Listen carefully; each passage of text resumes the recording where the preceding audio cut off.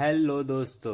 आज हम लोग बैटल थ्रू द हेवंस की सीजन 1 को एक्सप्लेन करने वाले हैं। जो बिना किसी दूर के चलिए एपिसोड को शुरू करते हैं।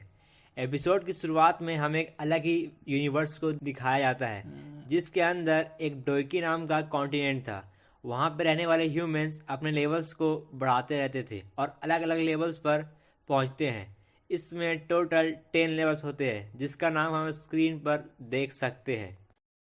इसके बाद हमें एक कॉन्टिनेंट पर एक जगह को दिखाया जाता है, जहां पर कई सारे लोग अपने पावर लेवल्स को चेक कर रहे थे। इसके बाद हमें दूसरी तरफ जाओ कल्याण के हेड ताइली हाउस और सिटी के हेड को दिखाया जाता है। वो आपस में एक मीटिंग कर रहे थे। इस मीटिंग में हमें पता चलता है कि जाओली क्लैन ने क्राउन सिटी क्लैन को ज़्यादा पैसे देकर उसके मार्केट को खरीद लिया था, जिसके कारण अब जाओली क्लैन को नुकसान होने वाला था। उसके बाद जाओली क्लैन का हेड अपने गुस्से पर कंट्रोल करता है और एक मैरिज कॉन्ट्रैक्ट दिखाता है, जिसमें उसके बेटे जावियान की शादी नायान के साथ फिक्स हुई थी, जो नायरैन क्लैन का फैमिली से बिलोंग करती थी। उसकी फैमिली बहुत बड़ी फैमिली थी और वो बहुत समृद्ध फैमिली भी थी।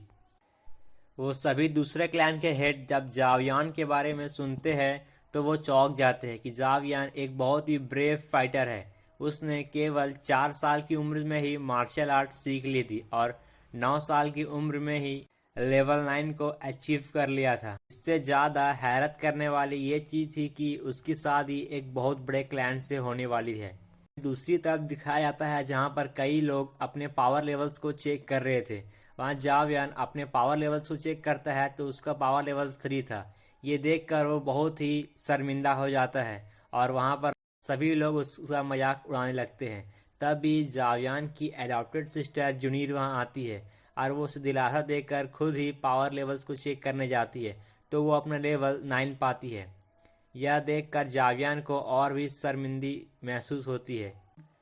दूसरी तरफ हमें दिखाया जाता है कि जाओ क्लैन के अंदर नायान अपने अपने बॉडीगार्ड के साथ वहां पहुंचती है और जाओ क्लैन के हेड को एक बहुत ही एक्सपेंसिव पिल देती है, जिसके मदद से कोई भी नॉर्मल बंदा 8 लेवल से 9 लेवल को बहुत इजीली अचीव कर सकता है। यह पिल बहुत ही रेयर एंड एक्सपेंसिव थी, इसीलिए वह हेड उसको लेने से मना कर देता है। लेकिन नायान कहती है कि मैं ये आपको फ्री में नहीं दे रही हूँ, इसके बदले में मैं आप अपना मैरिज कॉन्ट्रैक्ट आपके बेटे के साथ तोड़ना चाहती हूँ। यह सुनकर उस क्लैन के हेड बहुत गुस्सा हो जाता है। लेकिन नायान के साथ जो बॉडीगार्ड थे वो बहुत ही पावरफुल थे, इसीलिए वो कुछ नहीं कर सकता था। तभी जावियान और जुनीर भी वहाँ आ जाते हैं और जावियान उससे फ्लर्ट करते हुए कहता है कि क्या मैं हैंडसम नहीं हूँ। तो नायान उसका बहुत ही शातिर जवाब देती है कि तुम हैंडसम तो बहुत हो, लेकिन तुम्हारा पावर लेवल्स बहुत ही कम है। तुम पहले बहुत पावरफुल थे, लेकिन अब तुम पावरफुल नहीं हो और मैं एक वैसे लड़के के साथ शादी नहीं करूँगी जो कम पावरफुल हो।